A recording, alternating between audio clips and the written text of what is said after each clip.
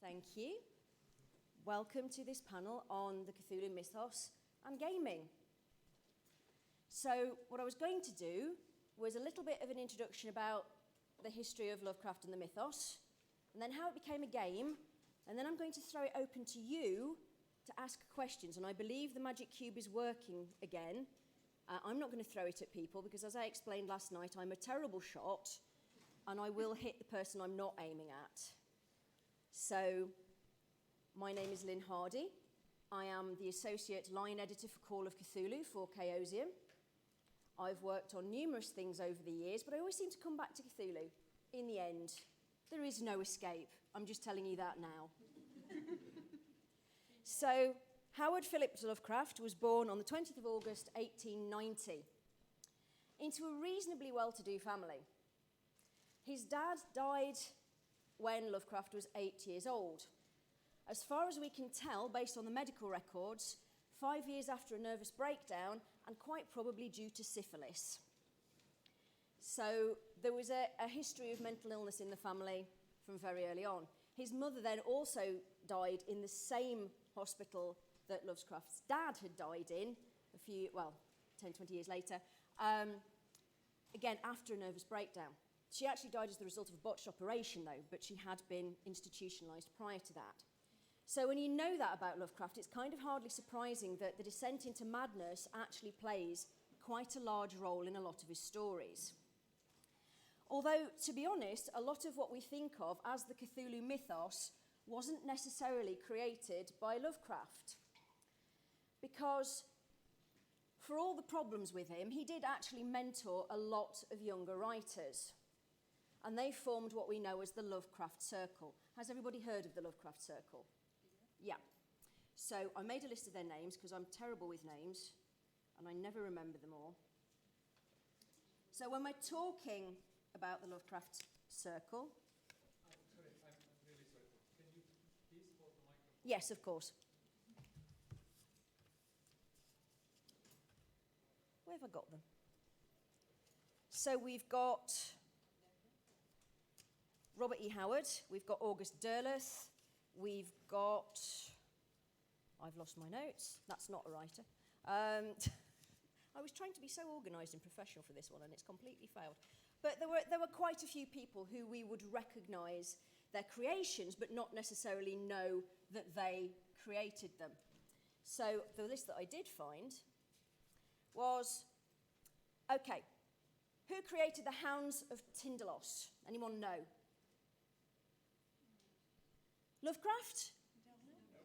No, Frank Belknap Long. He was one of the Lovecraft Circle. Who created the Serpent People? Howard. It was Robert E. Howard, the creator, more famously, of Conan. Who created...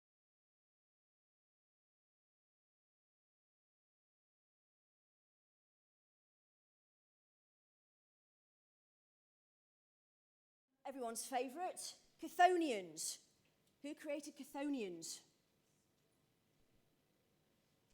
That was Brian Lumley. So he's a much later writer, obviously.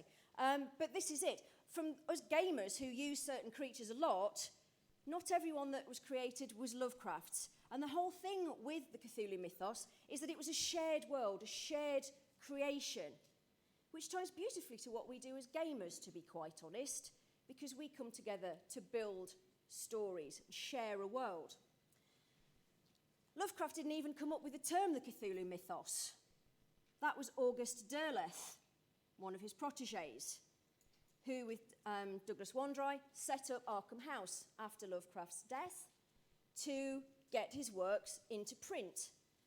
Because technically, in his own lifetime, Lovecraft's works were never printed in an actual book. There was a version of Shadow over Innsmouth in about 1926, but it was very, very cheaply done. It was mostly weird tales and the pulp magazines and the weird fiction magazines. So parts of the circle decided they would set up their own publishing house to keep his works alive. And say, it was Derleth that came up with the Cthulhu mythos. Lovecraft referred to it as Yog Sothothuri. Probably put too many oths in there. So we could today be playing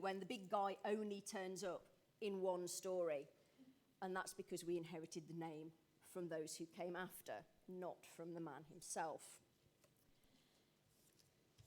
So, Lovecraft was quite a precocious child, and he started writing very, very young. There's evidence that he started writing when he was 6 or 7 years old. He'd already read the Arabian Nights by the time he was 6, and he polished off the Greek myths by the time he was 7. And that was all down to his grandfather's influence. Unfortunately, after his grandfather died, the family spiraled into financial ruin through mismanagement and goodness knows what else. He was a very ill child. He didn't spend a lot of time at school. He actually never graduated high school because he had a nervous breakdown. We think, anyway. Not 100% certain, but that's what it appears. And he was always apparently very ashamed that he'd never made it to Brown University, which is the university in Providence. Now, Providence is a very beautiful place. I was lucky enough to go there 2 years ago. I'll be going there again next month for Necronomicon. And it's starting to commemorate Lovecraft. And of course, there are issues with commemorating Lovecraft, as I'm sure you're all aware, because he wasn't a very nice man. Even by the standards of his day, he was not a nice man. Very xenophobic, very racist, very misogynistic. And of course, that's a bit of a problem for us as gamers because we don't want to be any of those things. So again, we take the elements of the world, not the man. We acknowledge that, but that's not what we're about. We are about, as I said, creating stories together in that shared, relatively modern mythology. Because let's face it, he died in 1937. He was 47 years old. So it's a relatively recent mythology compared to most of the ones that we're used to, like Greek, Roman, ancient Egyptian, the African mythologies, South American mythologies. And it's one that we can add to, and an awful lot of authors have added to it. We said the Lovecraft Circle, creative joint world building in the pulp magazines, and then through the work of Arkham House after Lovecraft's death. They published a lot of the authors that we recognise today, like Lumley, Campbell, people like that. They did start to branch out to publish other people, not just people who were working in the mythos as well. Technically, Arkham House is still going, but they haven't published anything in a long time. Not new, anyway. But they were the ones that were keeping the memory alive. Of course, there's all sorts of controversies over who actually wrote what, which makes licensing a nightmare in terms of some of the stories, because Derleth was a great one for taking outlines, rewriting them, and then sticking Lovecraft's name on them, apparently. So you have to be a little bit careful. Now, someone asked me earlier today, why is Lovecraft and Cthulhu, more importantly, why is Cthulhu so popular? And the simple answer is, he went out of copyright. That's why he's on everything. In Europe, he went out of copyright in 2008, and in America, he went out of copyright in 2014, which means that he's public domain now. As is anything that Lovecraft, we can definitively say that Lovecraft created. That's all now public domain because the estate never asserted copyright. So that's why the big guy is on literally everything. Because he's free. You don't have to pay licensing fees for him. But this is where it becomes a minefield, working out what Lovecraft did right, what he didn't, what's licensed, what's not. Because quite often he'll have written collaborative stories with people and their names might have accidentally been forgotten over time. So you have to be very, very careful when you're doing these things. Chaosium obviously has a lot of the licenses for the more modern stuff, and they're very happy to work with people so that they can use those creatures in their creations. But an awful lot, again, of what we think of as the mythos is not actually public domain. They say the big guy is. We always used to joke that if you wanted to make your millions in gaming, well, the first way to do that is to be a millionaire to start with. Seriously, the only way you make money in tabletop games is to be rich in the first place. The other thing we used to joke about was that if you wanted to make a lot of money on Kickstarter, what you would do is you would do Monty Cook Presents Fate of Cthulhu. Because Monty Cook always does very, very well on Kickstarter. Fate always does incredibly well on Kickstarter, and so does Cthulhu. And blow me, what did Fate and Evil Hat do earlier this year? Fate of Cthulhu. So there we go. And I think it worked very well for them, and that's due out very soon. So it's this weird thing where you've got this very niche mythology that has certain aspects of which are very, very recognizable to the public. But not an awful people necessarily know where it's come from. Just double check this. So like you said, we've got this shared world building thing going on, which is important for us as gamers. Now, the path to Call of Cthulhu becoming a game is an interesting one. And I've got all my dates written down because I'm not good with dates either. Where we go. So, actually, in around 1980, the first attempt somebody made was actually for Tunnels and Trolls. Who here's played Tunnels and Trolls? One or two of you. So that's one of the very early role-playing games. And it was a guy called Glenn Rahman and his brother Philip.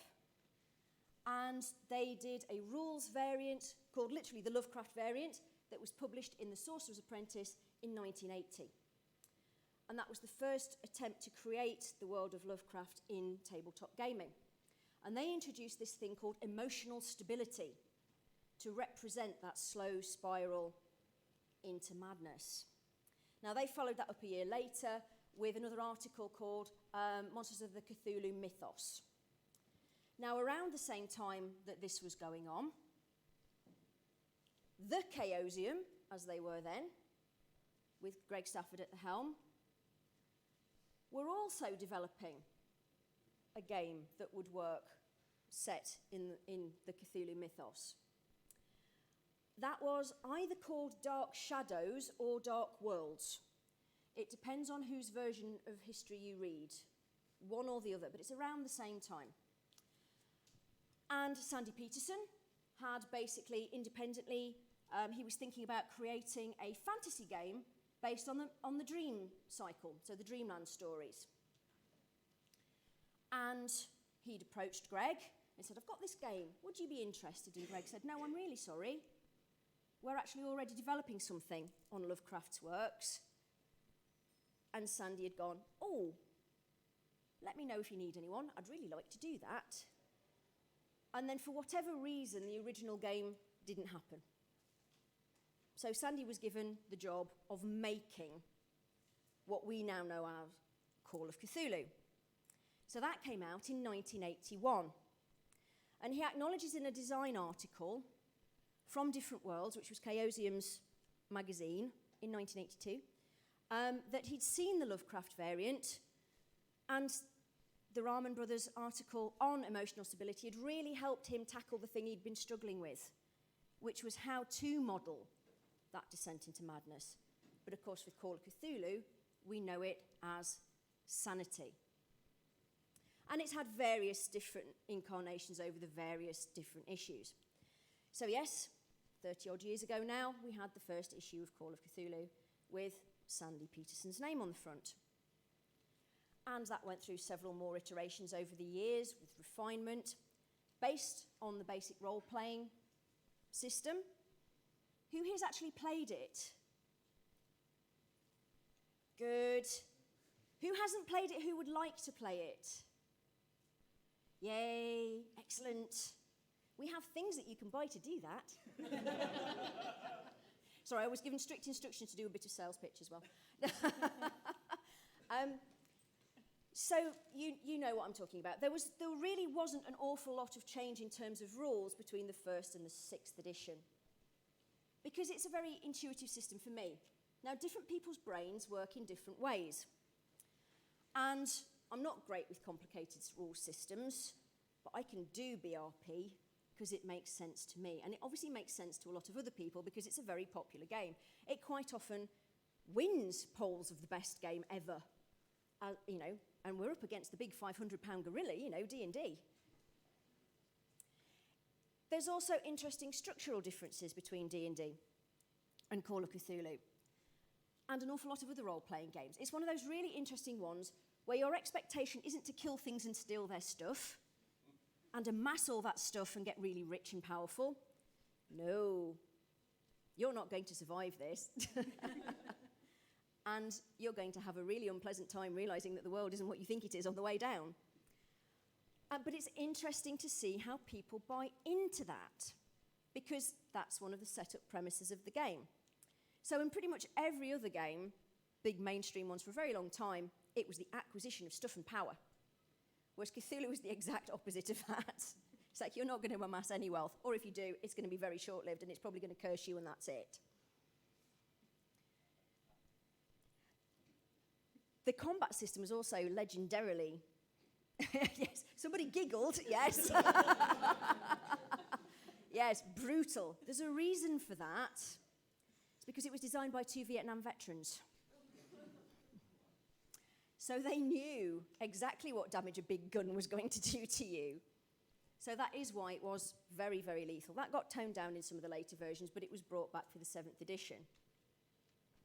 So again, it's an interesting one, because hitting things generally doesn't do you a great deal of good. Running away is definitely the best option if you can do it. That's a high dex score, everyone, okay? Don't make dex your dump stat if you're playing Call of Cthulhu. You need to be able to run and jump out of the way of things. So, for Call of Cthulhu, like you said, first 6 editions, not a huge amount of difference. The first one I bought was 5th edition. That's also actually the first one that has Lynn Willis's name on the cover. Lynn Willis is legendary in Call of Cthulhu. He was the line editor for many, many years. But it wasn't until the 5th edition that sufficient changes were thought to have been brought in that he would share credit with Sandy Peterson on the front cover. I also have a copy of the 6th edition, not a great deal of difference, because I had to have it for writing Act on Cthulhu. I needed to make sure I had the most up-to-date one. And then, of course, there was the big overhaul for 7th, which was Mike Mason and Paul Fricker, both superb writers and creators, and lovely men and wonderful people to work with. And they did make quite a few changes. So gone is the dreaded resistance table. Yes. I never liked the resistance table because I could never work out which axis I was supposed to be looking at things on. So we've gone for opposed rolls. We have bonus and penalty dice now. So, if your keeper likes you and environmental conditions are in your favour, you can have an extra bonus dice and you take the best roll. If they don't like you, or things aren't in your favour, which is the usual case, then you'll get a penalty die and you have to take your worst roll, which is always highly amusing. That's usually when your proper dice roll the best thing they've ever done for you, and then the penalty dice stabs you in the back. We also have the luck mechanic, which I love to bits, because you have luck points. So I could ask you to make a luck roll to see whether fortune is smiling on you, and the elder gods have temporarily stopped wanting to squish you. But we'll also let you spend your luck to turn bad rolls into good ones. And that's fantastic because it gets this real sort of swing of, no, yes, no, we're all right, no, we're still dead. And then, of course, we've got the Pulp Cthulhu variant where you'll live a little bit longer before you go completely insane, but not a great deal longer. We're just to sort of make the agony even worse. So close to victory, and then no, it's gone again. So there's a lot of gaming material out there, and it's as popular as it ever was. In fact, it's more popular, really. We are reaching out to newer audiences. Our audiences are expanding. And we once had a conversation at a games convention several years ago in terms of creators of license, people who originated what are now licensed gaming products. And it basically came down to, who would you think would be more upset about what we've done with their property, Tolkien or Lovecraft? Yeah, and the general idea the general upshot of that conversation was, well, Tolkien would probably be all right as long as you were either singing about gold or doing it in Elvish. Lovecraft would hate it. He hated games. There are several letters where he says very rude things about people who play games, so we know he wouldn't have liked it, but never mind. It didn't like a lot, actually, so, you know, sticking with the trend. The difference from the average wouldn't be that great. But what is it about this thing that we like? Because as we said, you're not winning. I mean, I know we don't win at role-playing games, but you're really not winning. You know, you're not going to end up king of the castle by the end of the day. And there are themes that Lovecraft goes into, that the stories that go into, that the game goes into as well. So we have big one, forbidden knowledge. Don't read from the book. Or this is actual genuine ancient Egyptian, shdu hebet. Do not read from the book. Forbidden knowledge is not good for you. It will come to get you in the end, as it always does in the stories and quite often the game. Then we've got non-human influences on humanity. The elder gods, the outer gods, the great old ones, deep ones, everything. Everything is out to get you. Although deep ones kind of have a bit of human in them. Then you have fate, the cruel, fickle whims of fate. Inherited guilt's a big one as well, actually. You look at a lot of Lovecraft stories, it's the sins of the fathers being visited on their descendants. So Rats in the Wall, Arthur Jermyn, things like that. The evils that your grandparents did will come back to get you in the end. Civilization under threat. Yeah, I think we can all agree with that one. Stars are right, end of the world, all that sort of thing. That's great for a game, fighting against the end of the world. And superstition is also a very, very big theme. And those are core things that we can all see and recognise and identify with. And I think that's one of the things that makes us, even now, identify with certain elements of the original stories, whether they were written by Lovecraft or the Circle or people who came after, and also with the game. Because fantasy worlds and things in fantasy can sometimes be quite hard to identify with because we've never experienced them. Whereas the game that's set in the real world, building on real fears and real experiences, is possibly easier to buy into because we've all experienced some of that at some point. So it's always very, very interesting.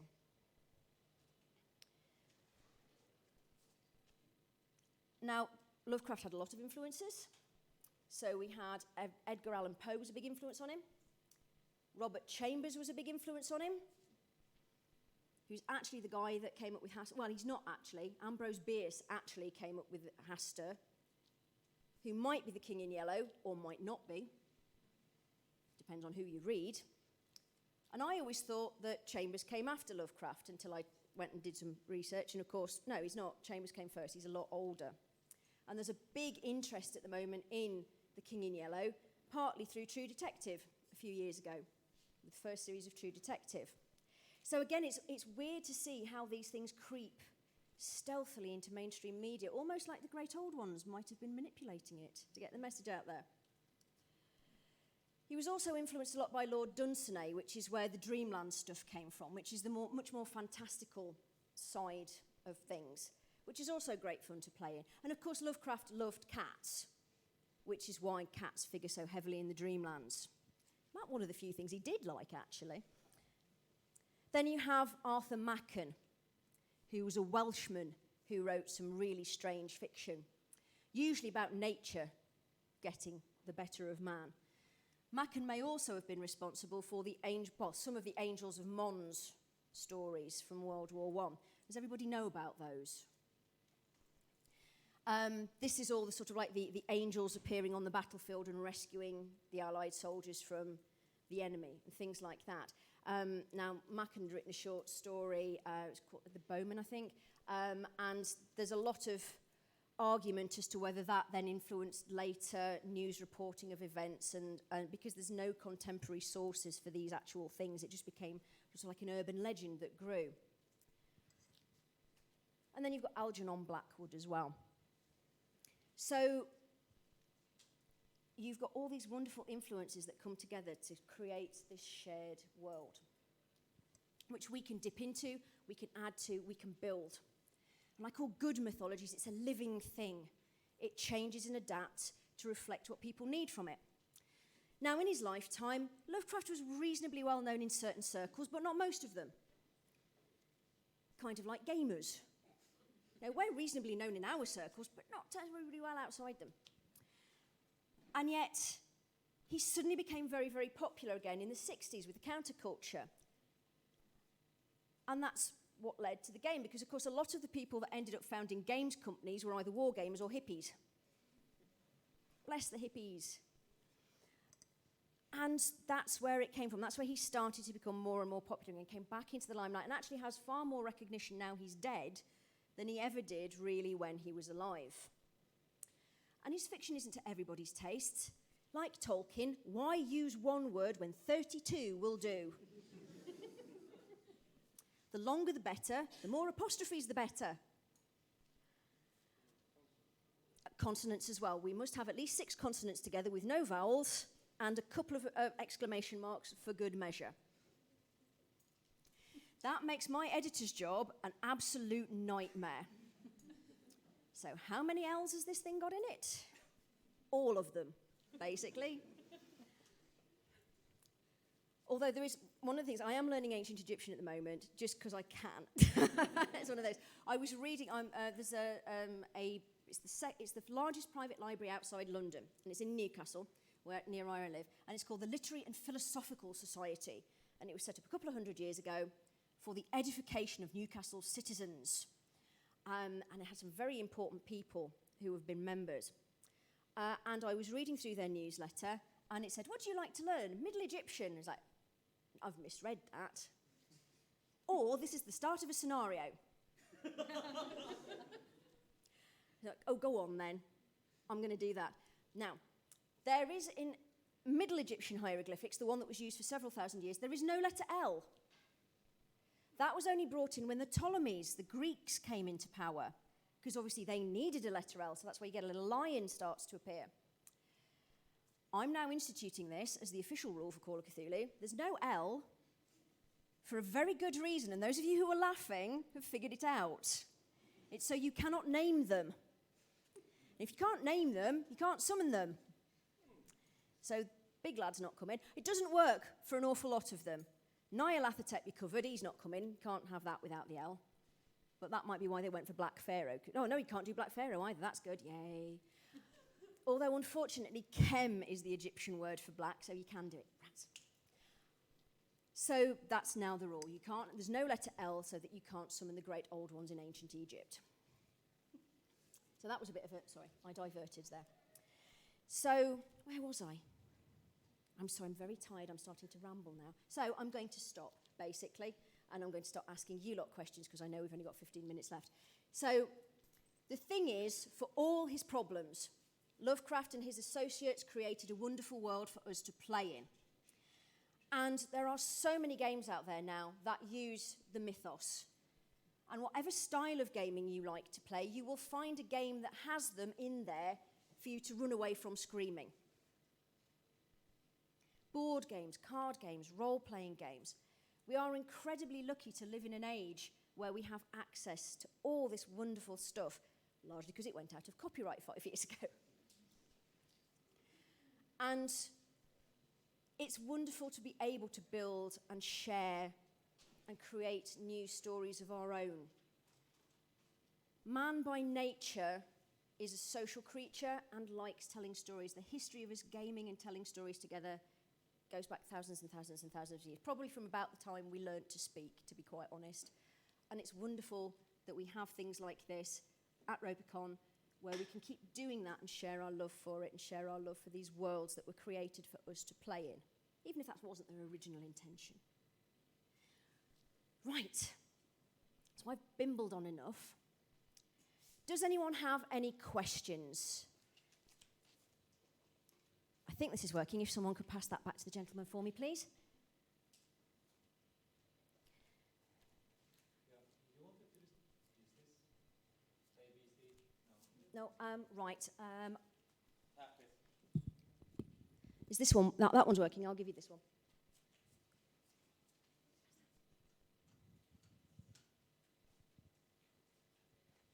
Yeah, so you wanted to make a distinction between the personal attitudes of H.P. Lovecraft and his work. Yeah.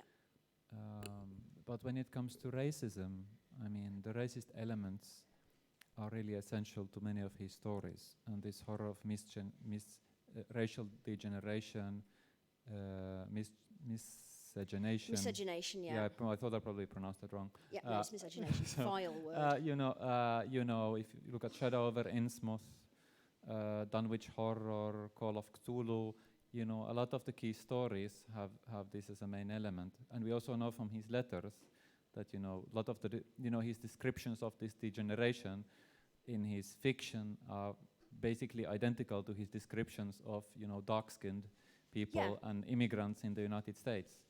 And I think so it seems a bit funny to disconnect because he used these attitudes and this fervor very efficiently in his work. Doesn't mean it's right. No, it doesn't mean it doesn't mean it's right. But if you say, let's just set aside Lovecraft and his racism and just enjoy the work, so it seems very funny when the work is so racist. The work is really racist, but like I said, we don't have to carry that forward. There is absolutely no onus on us to make that a part of the modern game and our understanding of it. Yeah. So to make this a question, so how do you think? What do you think is a good way of addressing this? Keeping the powerful things, in Lovecraft's fiction, some of which, feed on this racism, but at the same time, making it non-racist. Well, let's that? separate it from race. Let's have it, it's just a fear of the unknown. We don't like the unknown, we don't like the dark. Why does it have to be about the colour of a person's skin, or their sex, or their gender, or whatever? It doesn't have to be. You can address fear without being horrible about other people. You can look at that element. You can't deny it. Unfortunately, some people do try to deny it, which is really strange, because it is, as you say, very blatant. And you have to acknowledge it. And maybe in your game you do want to deal with it, and you do want to address it. And if you want to do that in your group, and your group are happy with you doing that, then okay, I'm not giving you carte blanche to be racist in your gaming, by the way. That's not what I'm saying. But you can explore those issues. But a lot of our gamers have to deal with that on a daily basis. Why on earth are they going to want to do that in a game that's supposed to be fun? So you acknowledge it, you acknowledge its past, but that doesn't mean that you have to use it. You can't deny it was there. Denying it was there tries to whitewash it, block it out, pretend it never happened. Well, it did. So let's just own that, accept that it is not acceptable now, that we don't need to be part of that, and move on and make it our thing. Because it is coming up for 100 years old. He's not here anymore, he can't stop us. So let's make it our thing, let's make it a truly shared world where everyone is reflected accurately, properly, correctly, respectfully, and that everyone can join in. Anyone else? Oh, if you pass it to the gentleman next to you, and we'll come down the front. All right. It's all at the back. I was wondering about, there's a common element of, I've seen it described as catachresis, which is like impossible imagery. Yes.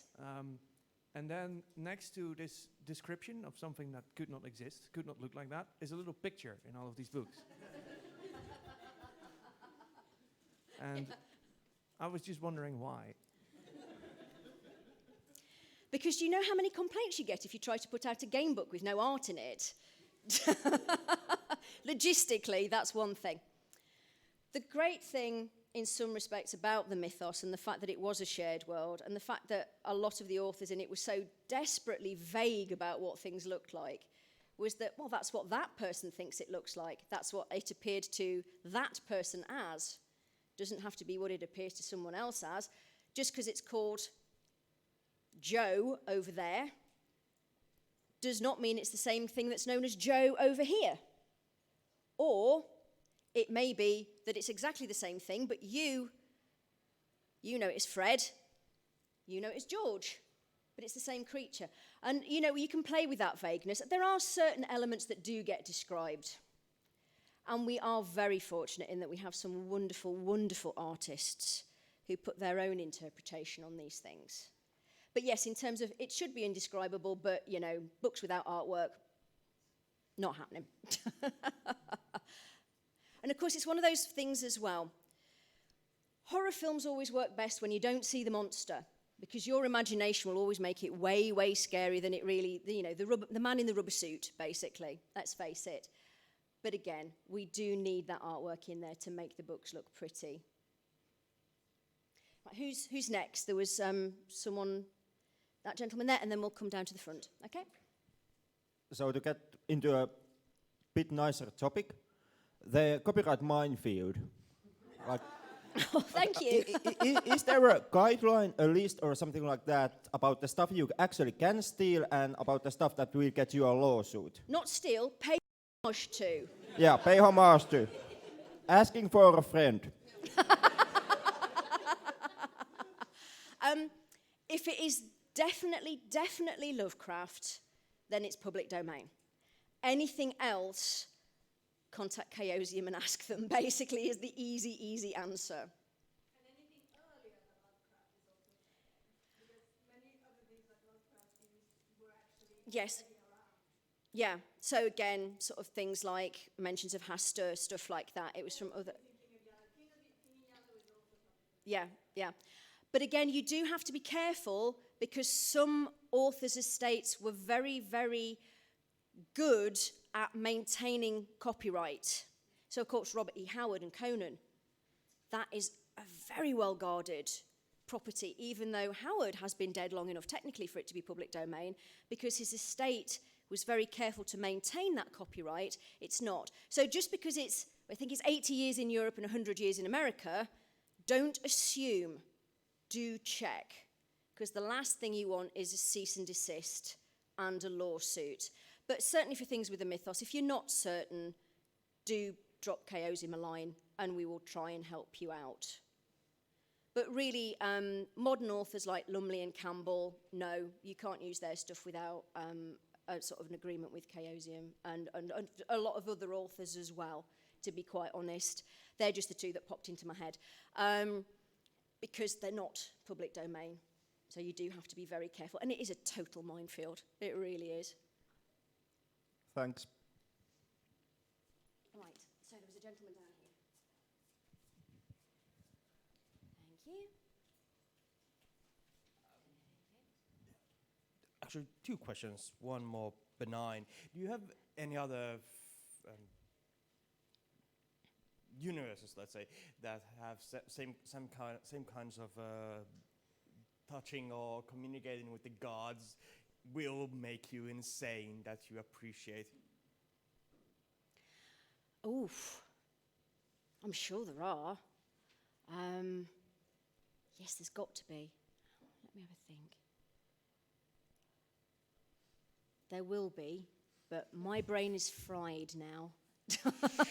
It's been 2 days of a convention and I got 4 sleep in 48 hours trying to get here. So, sorry, there are, I know there are, but for the life of me, I cannot think what they are at the moment.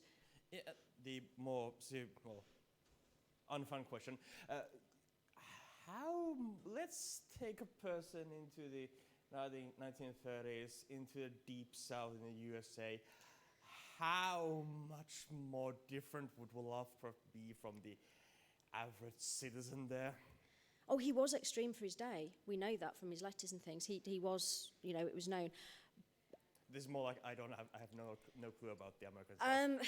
That's it. The problem is that America is a very racist nation, always has been. They hid it for a very long time. Unfortunately, due to the current political situation, that is coming straight back out again. It's one of the interesting things, when I was doing the research for Untitled Cthulhu, America had a very active Nazi party during World War II. Yes, they did. Yeah, they very nearly Americans declined. You know, wouldn't. there were a lot of people shouting Which is that America America's should not have come in on the side of the Allies. They should have been supporting Germany. Although, to be fair, the German Nazis were so embarrassed by the American Nazis, they did ask them to stop using the official insignia at one point. So, yeah, I know, it's really weird. And again, that does make it difficult to set scenarios in certain places with certain things because, unfortunately, there is no getting away from the fact that they were horrendously racist places. It's funny enough, the Deutsches Amerikas Bunden was more active in the Rust Belt. It wasn't in the south, where you would guess. Just a historical curiosity.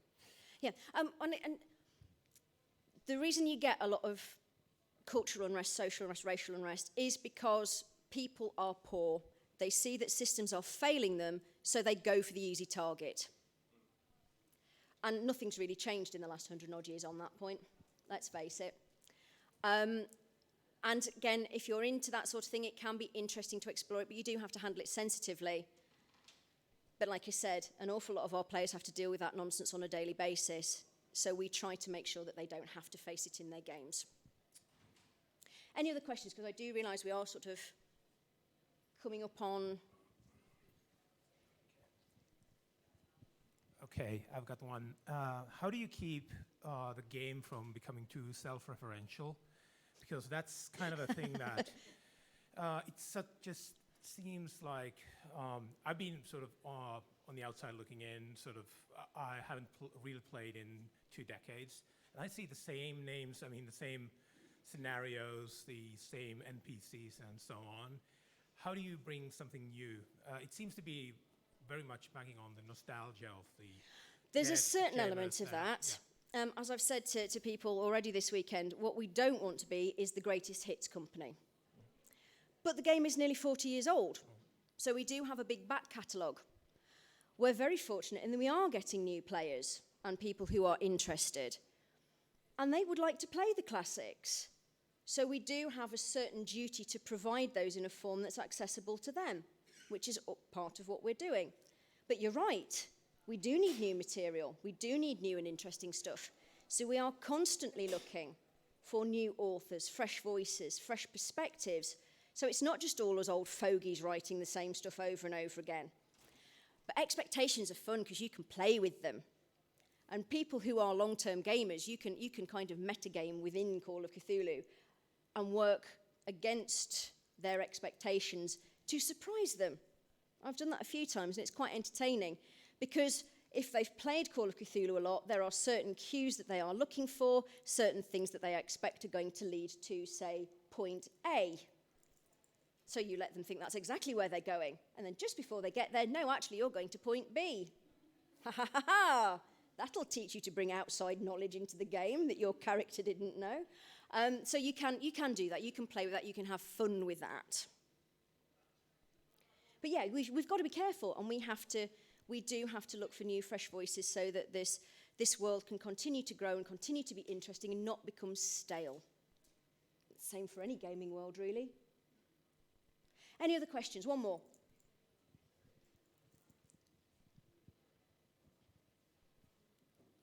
Yeah, you mentioned at one point that the real world and the real experiences are easier to buy into.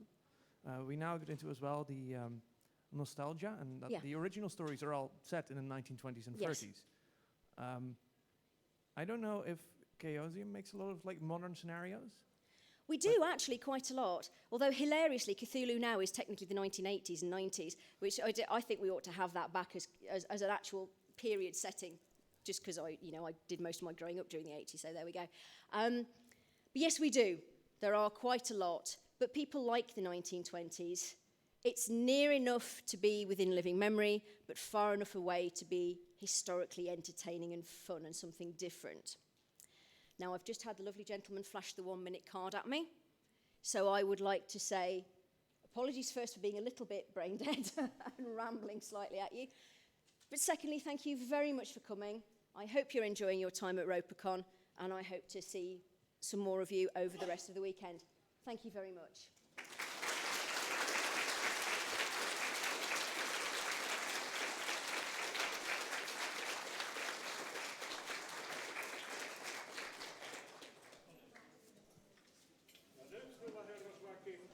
Toivoisin, että kaikki lähtevät salista ulos. Täällä pitää hieman tuulettaa, että seuraavan ohjelman ymmärtäneet henkilöt eivät pyöri.